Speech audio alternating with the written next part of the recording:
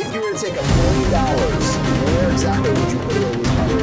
This is a 24-acre parcel in comparison. So we're going to be able to come in and take this park from 3 incomes and bring it up to like 8, 9, 10 incomes. Because remember, how much do you think it costs to get Wi-Fi in this park?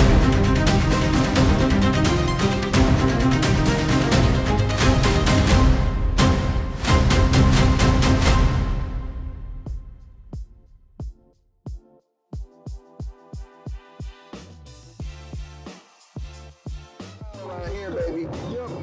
Let's go. So we're on the way to Eastland, Texas. We're on to walk our newest acquisition, $2.6 million. Secured this bad boy with creative finance, no banks. I know you guys, a lot of you guys have been hearing me talk about not using banks. What we're doing on this deal is we're going to do a syndication for accredited investors only. From all the deals that you've seen, Miguel, how would you say the debt structure on this is? I believe it's one of the best, man. We did some good terms, man. Really good terms. Yeah, so we got the property for $2.6 million. We have the seller carrying $1,084,000, and then we have a down payment of $1.2 million, and we're subject toing $316,000. The seller carries for 7 years. For 7 years, interest only. Interest only. And the reason why we're doing interest only, guys, because it allows us to have a lower debt service and allows us the cash flow.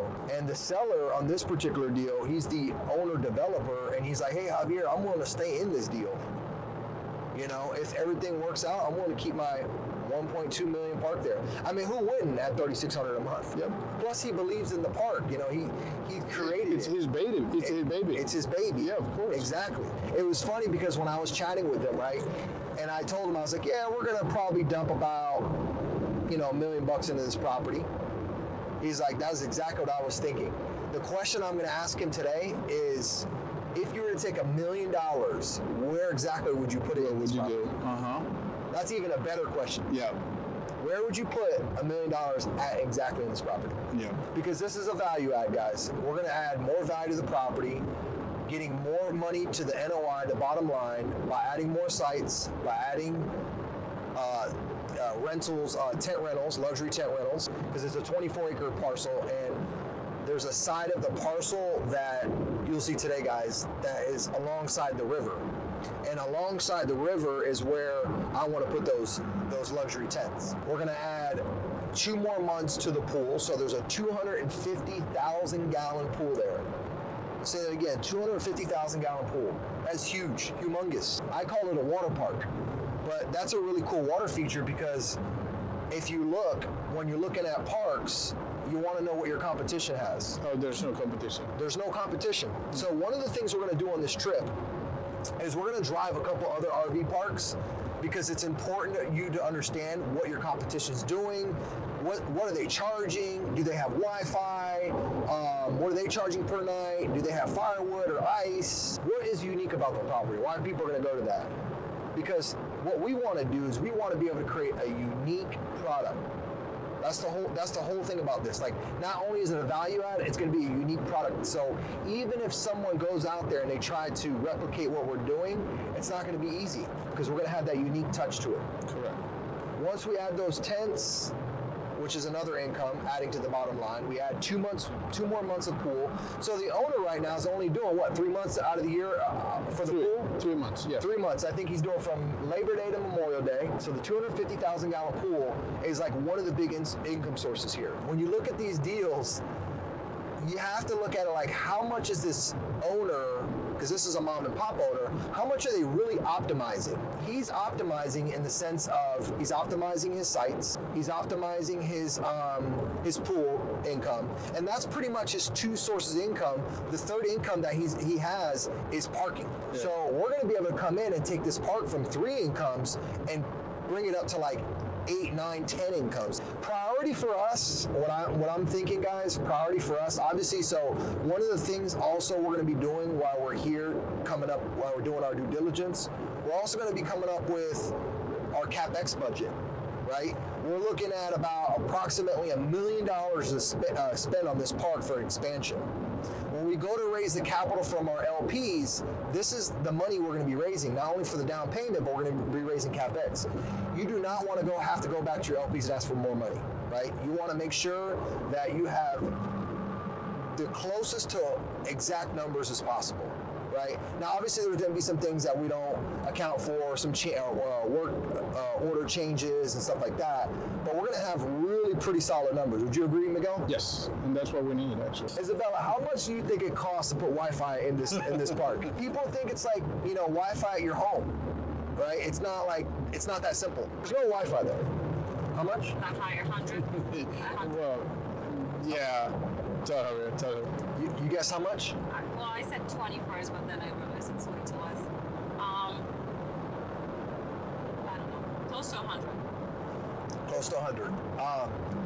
To be approximate number is 85,000. Okay, yeah. I saw a lot of opportunity in the sense of there's no Wi-Fi, there's room for expansion for more sites. We can have the pool open from 3 months upwards to 5 months because we're in a climate that supports that. We can do kayak rentals, golf cart rentals. We need to add another bathhouse, so we'll talk about that today. What I did was I went through all the reviews because this is a pretty well-established park now. Everyone knows about this park in the area. One of the things I saw is people complaining how far they have to commute to get to the bathrooms. We want to be able to take the customer feedback and implement the things that they're complaining about. Correct. Right? We want to make sure that they're happy. We want to make sure that we're always getting feedback constantly, even when we're up and running, right? Hey, what can we do better? Hey, what did you like about our park? Hey, what can we add maybe? And get that feedback and constantly survey our consumers that are coming to the park. That way we're optimizing everything that we can. So this particular owner-operator, he's really technically only optimizing 3 things. The site rentals, the pool, and parking, because he has an area where people can park. And so we're going to come in, we're going to add the extra sites. We're going to potentially either take the 5,000 square foot lodge, which he calls the lodge. That's what he's living in because he has his primary residence on the property. And we're either going to convert that and do cabins out of it, cabin rentals like transient housing, and or we can do like there's behind the lodge there's like an orchard. You'll see what I'm talking about when we get there. I was thinking about like doing a wedding venue of some sort, and so now that lodge can become a wedding venue and an event space for Eastland. And so even though that this park is really recognized, right, for its swimming pool, everybody knows this park from its swimming pool. Like everybody, because in the summertime, this is the only place you can go to swim, right? Mm-hmm. There's not really rivers there. There's not really lakes. There's a couple little ones, but there's not in areas where people are actually going out and swimming.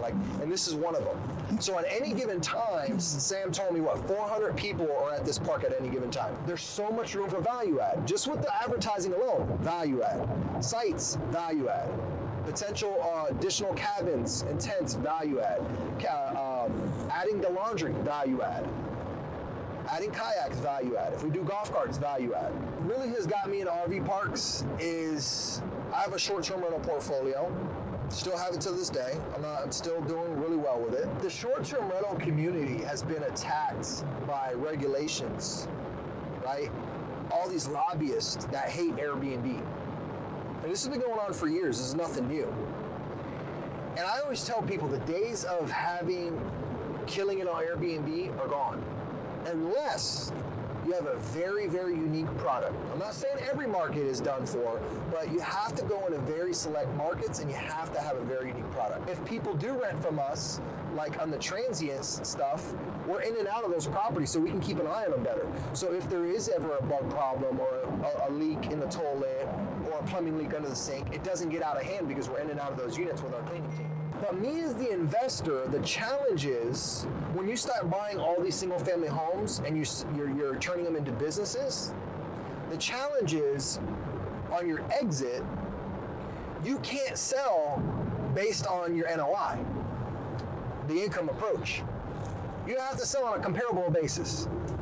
You don't have to, but good luck trying to find someone paying for your Airbnb on your NOI. The higher the NOI, the more what? The property's worth. Yeah. So I'm tired of creating all these little businesses that I can only sell to merge onto I-30 West on a comparable basis. I'm tired of all the regulations that I have to deal with, that I'm constantly getting attacked by. One of my biggest regrets was like, man, I wish I would have went bigger faster. Yeah. You know? Like, that's like one of my biggest regrets. But so scalability and efficiency, that's like my key thing, like, is the reasons why like I pivoted into RV parks, because I'm able to take my hospitality knowledge from all these years hosting thousands and thousands of people and correlate that into RV parks. The right lane to take exit 3 You know? to merge onto I-30 So, West. One more.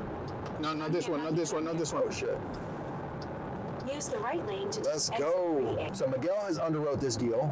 We've looked at it together. We've come up with a lot of the numbers, but Miguel has taken his experience from all the deals he's ever underwrote, and he underwrites what? You underwrite every single asset class, right, Miguel? Yes. How long have you been underwriting for?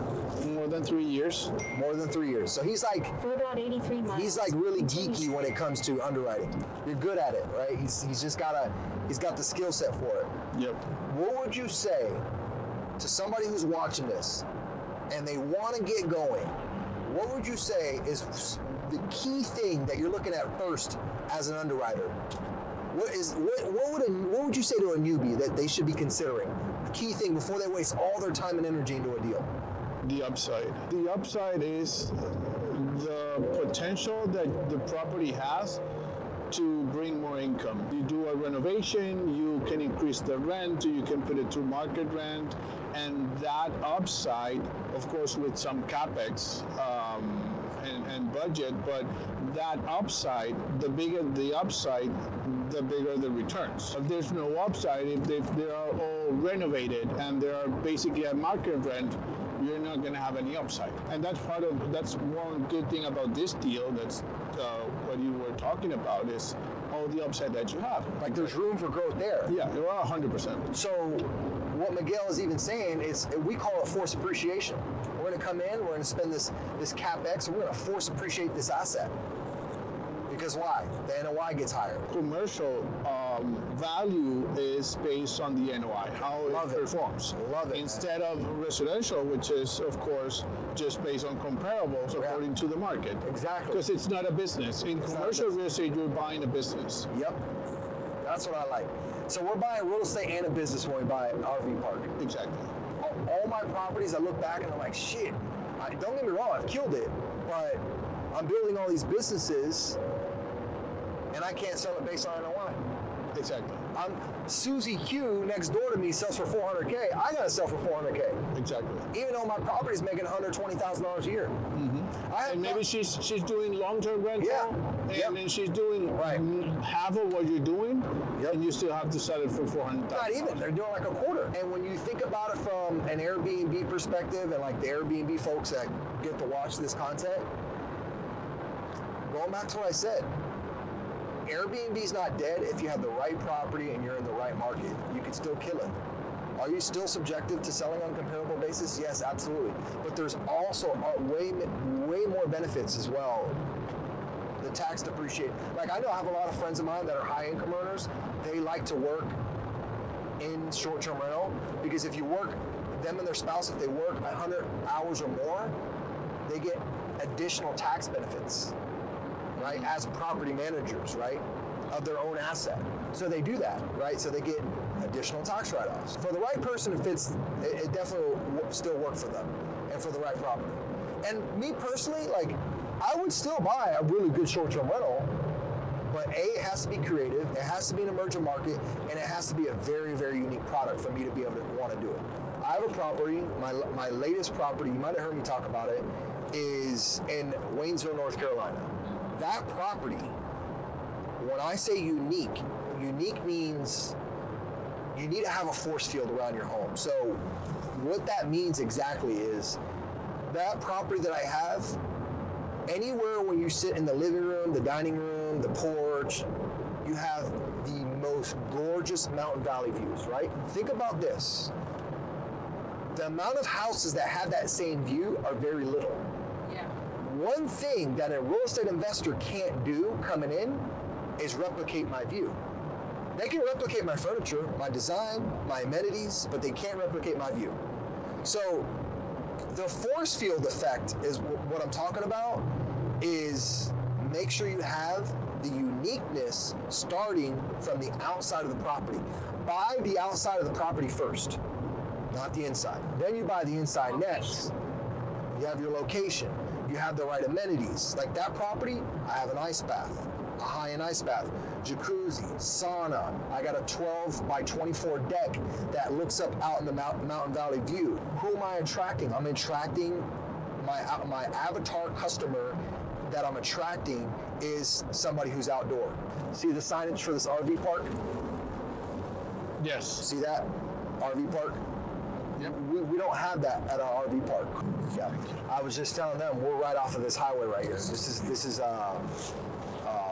I-20 corridor area. So we're right out. This goes from Fort Worth all the way to the other side of Texas. The reason why I'm pointing these things out is because you have a lot of RV sale. Those are the dealerships. But then you got parks right off of this this interstate. We're gonna go check out a couple of other ones to see what they're doing, just to kind of get a feel of theirs.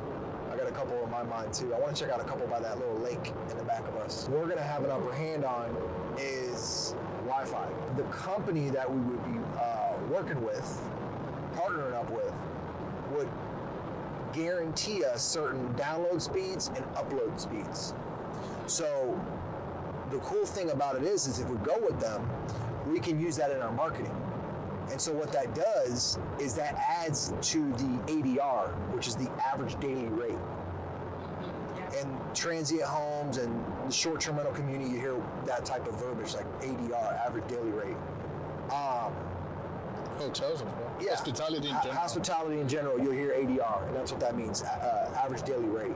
And so it's going to add more revenue to that average daily rate and occupancy. Because if someone knows that they have really good Wi-Fi, they're more likely to stay for another 1 to 3 days at your park. Statistically proven.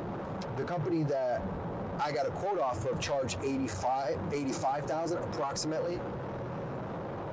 We're able to go in there and do some of the site work that they ask for, like putting up poles, digging trenches, stuff like that. And we could potentially get it down to like $50,000. So our competitors might have Wi-Fi, but I can guarantee they have shitty Wi-Fi. So if you call them up and ask them, hey, you know, it's good to call these places up to ask them, hey, what type of Wi-Fi do you have? Hey, I'm taking a meeting, very important meeting. What type of Wi-Fi do you have? You know, a lot of them probably not going to know what type of Wi-Fi they have. They're just going to know that, hey, we checked that box off. But there's a difference between checking the box off and actually having really good, reliable Wi-Fi. If we have really, really good, reliable Wi-Fi, we're going to want to market the shit out of that. Because that's, again, a differentiator. What makes us different? Why do we have a different product than all these other RV parks? We got all the amenities that they need. We got everything. You know, but there's not much, you know, people won't have to leave. You know, that's another thing. Like, we can charge a little bit more for like ice and firewood because it's a convenience thing too. People won't have to go way up to Walmart that's, you know, only 3-4 miles up the road to go get firewood. But like when I'm driving down the highway like right here, I'm paying attention to see what I see. I want to see other RV parks and resorts. There are, but not on the highway, on this highway as ours. We just have to figure out if we want to invest into making a big sign, and that would have to obviously be incorporated in the CapEx budget. I look at it more of like a landmark than bringing people in, just because I feel like the consumer who is coming to us, they already have their mind made up. They already know they're Correct. They're already booked. They're already booked. It's not like they're driving down the road, hey honey, I saw that RV sign, all right, let's pull in, honey. Yeah. You know? You will have those, but it's a minimum. Right. It's minimum. Without us even adding any type of amenities, other additional amenities, so the amenities he has right now is the pool and the volleyball court. Without us even touching anything else, we're already blowing out the competition. Just imagine you add one pickleball court.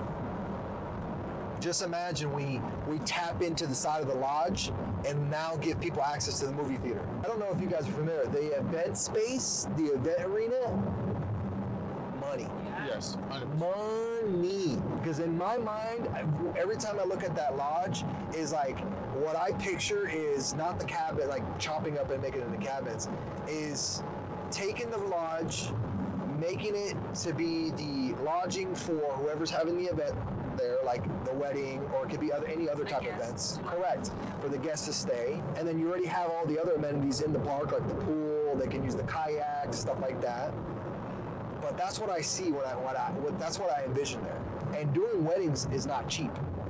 There's a lot of money in it. It's just now we have to see, is the demand there? Because you don't want to spend all this CapEx and then there's no money, and there's no, the demand's not there. We'll have two perspectives. We can say, okay, how can we chop this up? Because right now he's using a small portion of it for the camp store office. Because it's $124,000 for 5 luxury tents. We might want to just do like maybe 2 of them, see how they ran out. Because for us to spend $124,000 to test something out, that's way too much money. Because this market is very unique in the sense of it's a small market. One of the things we want to get, one of the data points we need to get off of Sam is what's the transient burst long-term stays that he has there, longer-term stays. I want to know, like, are we able to tap into people from DFW area who want to do more of like a staycation, jump on I-20 an hour and a half west and go like just kind of be away for 3-4 days. So are we able to tap in and grab those people and bring them out here because we have a unique product? Like, because typically I would get data off of like Data Rabu or AirDNA or STR Insights, and I can get data to support the investment, if that makes sense. But being that this is very unique, it's such a small area, I don't have data that I can get to see if this would be worth the investment. Typically, I would be able to pinpoint and say, yes, this would be a good investment, because I have the data to back it up. So when we do the cabin, we can either say, you know what, let's see, before we spend $124, let's see if we can even rent the cabin out rentals if we go the cabin route for the main home. And if those are renting good, the tents are going to rent good. So that could be another good test, guys. You see what I'm saying? Without even spending all that money. There's so much that could be done there. That's what I'm trying to say. Like, you got a 17-person movie theater, a 5,000 square foot lodge. You can either do the small cabins or like an event space, wedding venue. Another thing I was considering to draw people, and it's kind of like essentially like free marketing. What do you guys think about us having Sunday farmers markets on the property? What we'll have an event calendar, and depending on the season and the time of year, we'll have stuff like that going on. So like something like that would definitely be going on. But my train of thought is the local community that lives there, Eastland, start getting with somebody who's well known in the community, and we can have them do the farmers market at our property, right? And again, what is it doing? It's bringing awareness to art, of course. And then we need to advertise and let everybody know under new ownership. Now you have everyone's excited. We're talking about, hey, what we're going to be doing in the community, because this is when you're in a small community like this affects the whole community. Yeah, I just got way too many ideas. I'm like, so Sam is a tired landlord, businessman. He owns a construction company that he recently sold, and he exited as well. He now just started up another company, believe it or not, but he started up a SaaS company. And the SaaS company he started up is, it has something to do with, it's like a management CRM for like construction workers. The story of this sale is he's a tired landlord. It's his homestead property. And he was never, his intention was never to make an RV park. His intention was just to live there on the 24 acres, and that was it. When COVID happened, he made an RV park because he took a excavator and he dug a big hole, a swimming hole at the park, and this is before the pool was there. And he would invite locals just to come in and swim on his property. And people loved his property so much that they started gravitating to it in the sense of like, hey, this is where we come to swim. This is where everyone comes to swim, right? And then he builds the pool because he saw the demand for it. And he charges like $5 a head to get in the pool. Again, value add, we're gonna raise that rate slightly, and we're gonna make it that much more better. And you said there's a little slide, right? A little slide. He's got a rope swing, and he's got I think he's got one little water feature, and then the pool, and then he's got cabanas. So his cabanas, he's got 7 cabanas. They rent out anywhere between 80 a day upwards to the biggest one. He's got 4 cabanas the same size, and he's got 3 of them all different sizes. Bigger ones go all the way up to like 150 a day. So that's income too, and they're right along the pool.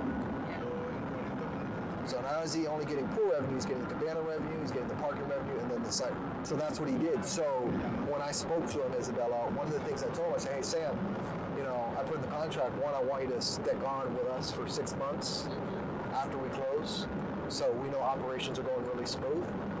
So that's in the contract. I put that verbiage in the contract. I said, Sam, I want you to be a part of it. And he's like, that's fine. I'm happy to help, insist. So we're factoring in about $16,000 per site on CapEx for the additional 30 sites. And it's going to be easy in the sense of site placement. He knows exactly where we need to put them, how we need to put them, how big they need to be, everything. All the heavy lifting guesswork from that perspective is taken out. Even alongside the river, he said, when you guys do the luxury tents, I'll tell you exactly where to put them. So like today when we walk the property, no one knows this property better than him. And by the way, I don't know if you know, guys, I don't know how much research you guys have done, but anytime I'm looking at a property, like a commercial property, I'm looking everywhere. Are they on YouTube? Are they on Google? Are they on Yelp? This property has been on the news multiple times. No way, really? Yes. The news, they have come out here and they've interviewed Sam at the property. Everyone knows. When you go to the hotel and you say, hey, I'm part owner of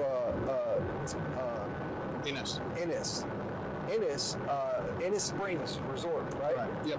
Yeah, Innis Springs Resort, they know exactly what you're talking about. But it's made that much of an impact on the community because remember, way out here, even though like if you don't have an RV, you can still hang out here in the sense of go swimming. There's Wander RV Park. They're across the street. Again, no comparison. Right here at the dead end. All right, baby.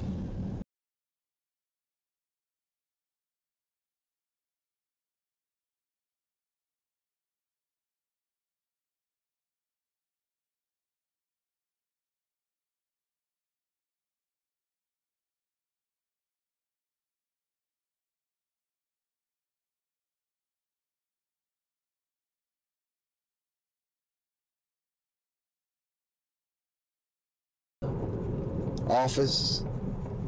Sam's here. Yeah, Sam's here. There's the truck. Let's go. Oh, yeah. That's Sam right there, baby. Sam I am.